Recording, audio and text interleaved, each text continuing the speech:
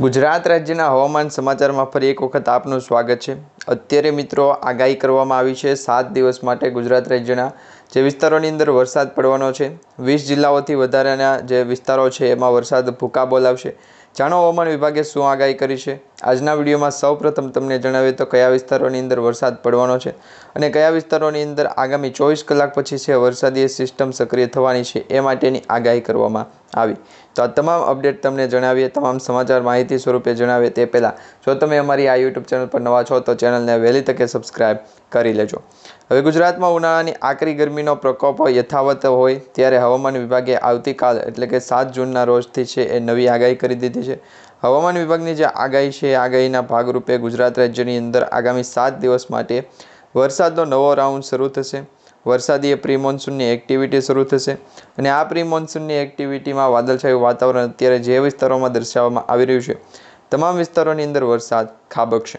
કયા કયા વિસ્તારો છે તો 7 જૂનના રોજ આગાહી કરવામાં આવી છે રાજ્યના અનેક જિલ્લાઓમાં હળવો વરસાદ પડે એની આગાહી કરવામાં આવી છે। અત્યારે દક્ષિણ ગુજરાત, મધ્ય ગુજરાત અને સૌરાષ્ટ્રના વિસ્તારોમાં તેની જે આગાહી છે એમાં છૂટાછવાયા સ્થળે મેઘગર્જના થઈ શકે, મેઘ વરસી શકે છે। વાતાવરણીય અસ્થિરતાના ભાગરૂપે ગુજરાત રાજ્યમાં વરસાદ પડવાની સંભાવના દર્શાવવામાં આવી રહી છે। અત્યારે ગુજરાત રાજ્યના દક્ષિણી પૂર્વના ભાગોથી સૌરાષ્ટ્રના ઉત્તર પૂર્વના ભાગો વચ્ચે છે એ વરસાદ પડવાની આગાહી કરવામાં આવી છે। તમામ વિસ્તારોમાં જે વરસાદ પડવાનો છે એની જે આગાહી કરવામાં આવી છે તમામ વિસ્તારોમાં અત્યારે વરસાદ ખાબકતો જોવા મળી રહ્યો છે। વરસાદી આગાહી જે કરવામાં આવી છે એમાં ઘણા બધા જિલ્લાઓમાં હવામાન વિભાગ દ્વારા જાહેર કરવામાં આવેલી આગાહી મુજબ 7 જૂનના રોજ નીચેના જિલ્લાઓ જે છે ત્યાં વરસાદ હળવો પડી શકે। એટલે કે નીચેના વિસ્તારો એટલે કયા કયા વિસ્તારો તો કે ભાવનગર છે, ભાવનગરથી અમરેલી, અમરેલીથી જુનાગઢ, જુનાગઢ વેરાવળ, દીવ, સોમનાથ, ગીર સોમનાથ આ તમામ વિસ્તારોની અંદર છે એ હળવો મધ્યમ વરસાદ પડવાની આગાહીઓ કરી દેવામાં આવી છે। અત્યારે વાતાવરણીય અસ્થિરતા જોવા મળી રહી છે। તમામ વિસ્તારોની અંદર અસ્થિરતાના ભાગરૂપે ગુજરાત રાજ્યનું વાતાવરણ છે એની અંદર મોટો પલટવાર આવશે। આ પલટવારના ભાગરૂપે આ તમામ વિસ્તારોમાં વરસાદ પડશે। મધ્ય ગુજરાતમાં દાહોદ, પંચમહાલ, વડોદરા, છોટાઉદેપુરમાં વરસાદ પડશે। દક્ષિણ ગુજરાતની વાત કરવામાં આવે તો દક્ષિણ ગુજરાતમાં ભરૂચ, નર્મદા, સુરત, તાપી, નવસારી, ડાંગ, વલસાડ, દમણ, દાદરનગર હવેલીમાં વરસાદ પડશે। આ સાથે સૌરાષ્ટ્ર અને દીવના જે વિસ્તારો છે એમાં વાત કરવામાં આવે તો પોરબંદર છે, પોરબંદરની સાથે સાથે જુનાગઢ, ગીર સોમનાથ છે અને આ વિસ્તારોની અંદર વરસાદ પડશે। ખાસ કરી રાજકોટ, અમરેલી, બોટાદમાં તો વરસાદ જોવા મળી રહ્યો છે। એ સાથે ઉત્તર પૂર્વના ભાગોમાં પણ વરસાદ પડશે। તો આ તમામ વિસ્તારોની અંદર જે વરસાદની આગાહી કરવામાં આવી છે આગાહીના ભાગરૂપે ગુજરાત રાજ્યનું વાતાવરણ છે એમાં અસ્થિરતા જોવા મળી છે અને આ અસ્થિરતાના ભાગરૂપે ગુજરાત રાજ્યની અંદર વાતાવરણીય સિસ્ટમમાં પલટવાર આવ્યો છે। આ સિસ્ટમના પલટવારના કારણે ગુજરાત રાજ્યના આબોહવાની અંદર મોટો ફેરફાર થયો છે અને આ વખતે ગુજરાત રાજ્યમાં ચોમાસું છે એ મોડું બેસે, એ મોડું ચોમાસું બેસે તો એ પહેલાંની જે સૌથી મોટી આગાહી કરવામાં આવી છે એ પણ તમને જણાવીએ। સૌપ્રથમ જણાવીએ તો ખેડૂતો અને જનજીવન ઉપર અસર કરશે। પ્રી મોન્સૂનની જે એક્ટિવિટી છે એમાં ગુજરાત રાજ્યના દરિયાકાંઠાના વિસ્તારોથી સૌરાષ્ટ્રના જે દરિયાકાંઠાના વિસ્તારો છે એ વિસ્તારો સુધી અસર પહોંચશે। આ સાથે સૌરાષ્ટ્રના ઉત્તર પૂર્વના ભાગોથી લઈ અને જે દક્ષિણ પૂર્વના ભાગો છે એ વિસ્તારોની અંદર અસર પહોંચશે। તો આ રીતના ચોમાસાની ઋતુ જે અસર પહોંચાડશે એ જ રીતના ચોમાસાની ઋતુની અંદર વરસાદની સિસ્ટમ પણ એક્ટિવ થશે।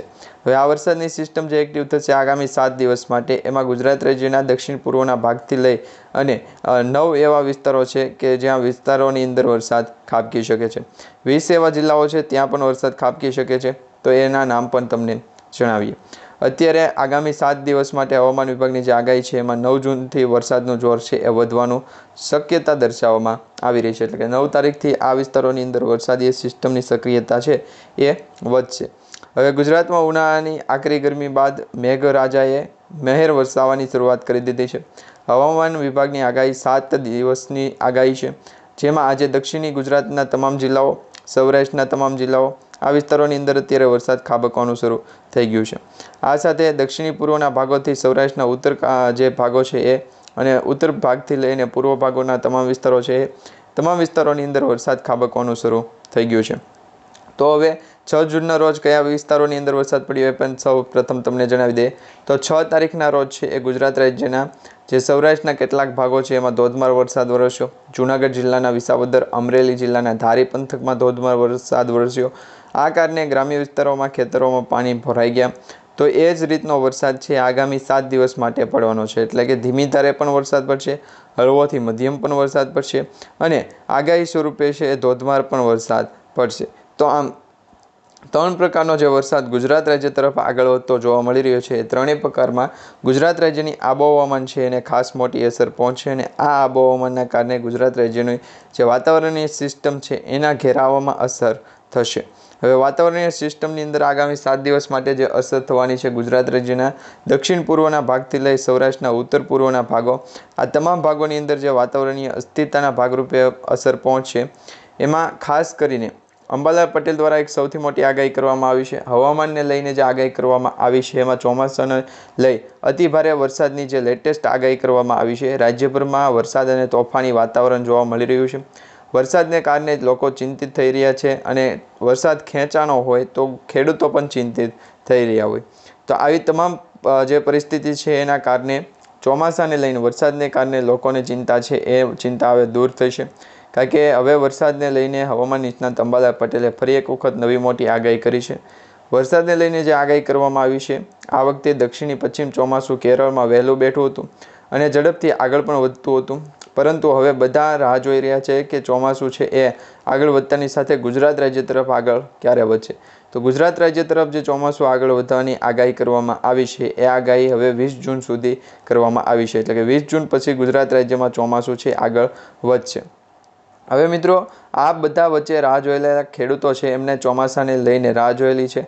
તો એ ખેડૂતો માટે પણ સૌથી મોટી અપડેટ આવી ગઈ છે. ગુજરાતમાં ચોમાસું છે એ ક્યારે પહોંચશે. તો એ દરેક ખેડૂત મિત્રોને જણાવી દઈએ કે ગુજરાત રાજ્ય ઉપર ચોમાસું છે એ 18 જૂન પછી પહોંચી શકે. હવામાન નિષ્ણાત અંબાલાલ પટેલે પણ આગાહી કરી છે. જે પ્રમાણે ભારે વરસાદની આગાહી કરતાં હવામાન નિષ્ણાત અંબાલાલ પટેલે કહ્યું છે કે હવે 13 જૂન પછી પૂર્વ ગુજરાતના કેટલાય ભાગોમાં ભારે વરસાદની શક્યતા છે. આ વખતે ચોમાસું બંગાળની ખાડીના પૂર્વ ભાગોમાંથી આવવાની શક્યતા રહેલી છે. 13 તારીખ પછી ખૂબ જ ભારે વરસાદની શક્યતા દર્શાવવામાં આવી રહી છે. તેમણે પણ કહ્યું છે કે 22 જૂન સુધીમાં ચોમાસું ગુજરાતના ઘણા ભાગોમાં અને ઉત્તર ભારતના કેટલાય ભાગોમાં આવરી લેશે. આ સાથે જ મિત્રો, ઉત્તર ભારતના કેટલાય ભાગોને આવરી લેશે વરસાદનું ચોમાસું. અંબાલાલ પટેલની જે ગરમીને લઈને આગાહી કરવામાં આવી હતી એ આગાહીના ભાગરૂપે ગરમીનો હજુ એક રાઉન્ડ બાકી છે. આગામી 4 થી 5 દિવસ સુધી ભીષણ ગરમી પડશે. ઉત્તર ગુજરાતના જે ભાગ છે એ ભાગોમાં પણ ભીષણ એટલે કે વધારેમાં વધારે ગરમી પડશે.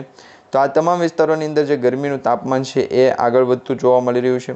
આ સાથે જ પરેશભાઈ ગોસ્વામી દ્વારા પણ એક સૌથી મોટી આગાહી કરવામાં આવી છે, એ પણ તમને જણાવીએ. એ પહેલાં આગામી 7 દિવસ સુધી હજી ગરમી રહેશે. 11 જૂનથી ચોમાસાની ગતિ ઉપર ભાર બનશે. તો આ તમામ અપડેટ છે તમને જણાવીએ. તો જૂન મહિનાનું પહેલું સપ્તાહ હવે પૂરું થવા આવ્યું છે. સૌ કોઈ ચોમાસું બેસવાની રાહ જોઈ રહ્યા છે. રાજ્યમાં છૂટોછવાયો વરસાદ પડી રહ્યો છે, પરંતુ ગરમી અને બફારાનું પ્રમાણ પણ ખૂબ જ વધી રહ્યું છે. તો આવામાં ગુજરાત રાજ્યની અંદર વાતાવરણીય છે એ વાતાવરણીય સિસ્ટમની અસ્થિરતાના કારણે વરસાદ પણ ખેંચાણો છે અને વરસાદ જે ખેંચાણો છે એમાં ગુજરાત રાજ્યના વાતાવરણની અંદર અસ્થિરતા જોવા મળી રહી છે. હવે ચોમાસાને ભાગરૂપે જે આગાહીઓ કરવામાં આવતી હતી એ આગાહીઓ પણ અત્યારે હવે સાચી પડતી જોવા મળી રહી છે. દક્ષિણ ગુજરાતમાં હળવાથી મધ્યમ વરસાદની શક્યતા દર્શાવવામાં આવી રહી છે. ઉત્તર પૂર્વના ભાગોમાં પણ શક્યતાઓ દર્શાવવામાં આવી રહી છે. તો આવી જ રીતના તમામ વિસ્તારોની અંદર જે શક્યતાઓ વરસાદની દર્શાવવામાં આવી રહી છે એના ભાગરૂપે અસ્થિરતા બનતી જોવા મળી રહી છે. હવે વાતાવરણીય અસ્થિરતામાં જોવા જઈએ તો દક્ષિણ ગુજરાતમાં હળવાથી મધ્યમ વરસાદની આગાહી, પવનમાં ભારે કારણે છૂટાછવાયા વરસાદની શક્યતા, આ તમામ પરિબળને કારણે જે છૂટોછવાયો વરસાદ છે એની આગાહી દાહોદ, પંચમહાલ, વડોદરા, છોટાઉદેપુર, ભરૂચ, નર્મદા, સુરત, તાપી, ડાંગ અને વલસાડ, પોરબંદર, જૂનાગઢ, ગીર સોમનાથ અને દીવમાં પડતી જોવા મળી રહી છે. તો આ તમામ વિસ્તારોની અંદર જે વરસાદી સિસ્ટમના ઘેરાવો બન્યો છે, વરસાદી સિસ્ટમનો જે ઘેરાવો બન્યો છે એમાં વાતાવરણીય અસ્થિરતા જોવા મળી છે. વાતાવરણમાં ખૂબ જ મોટો છે એ ફેરફાર થતો જોવા મળી રહ્યો છે.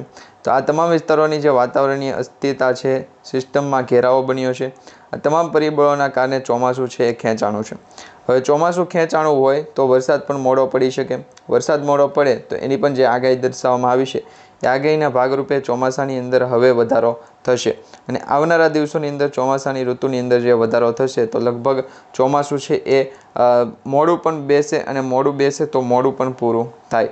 તો આ તમામ પરિબળો કારણે ગુજરાત રાજ્યની અંદર વાતાવરણની અંદર અસ્થિરતા જોવા મળી છે અને એના કારણે ગુજરાત રાજ્યનું વાતાવરણ છે એમાં ફેરફાર થશે અને હવે વરસાદ છે એ વહેલો બેસશે અને હવે 13 જૂન પછી વરસાદની સિસ્ટમ સક્રિય થશે અને વરસાદ છે એ શરૂ થશે. તો 13 જૂન પછી જે વરસાદી સિસ્ટમ સક્રિય થઈ છે અને વરસાદ શરૂ થશે તો એની પણ એક સૌથી મોટી આગાહી છે આપી દેવામાં આવી છે. તો એ પણ તમને આવનારા સમયની અંદર ફરી એક વખત સમજાવી દઈશું.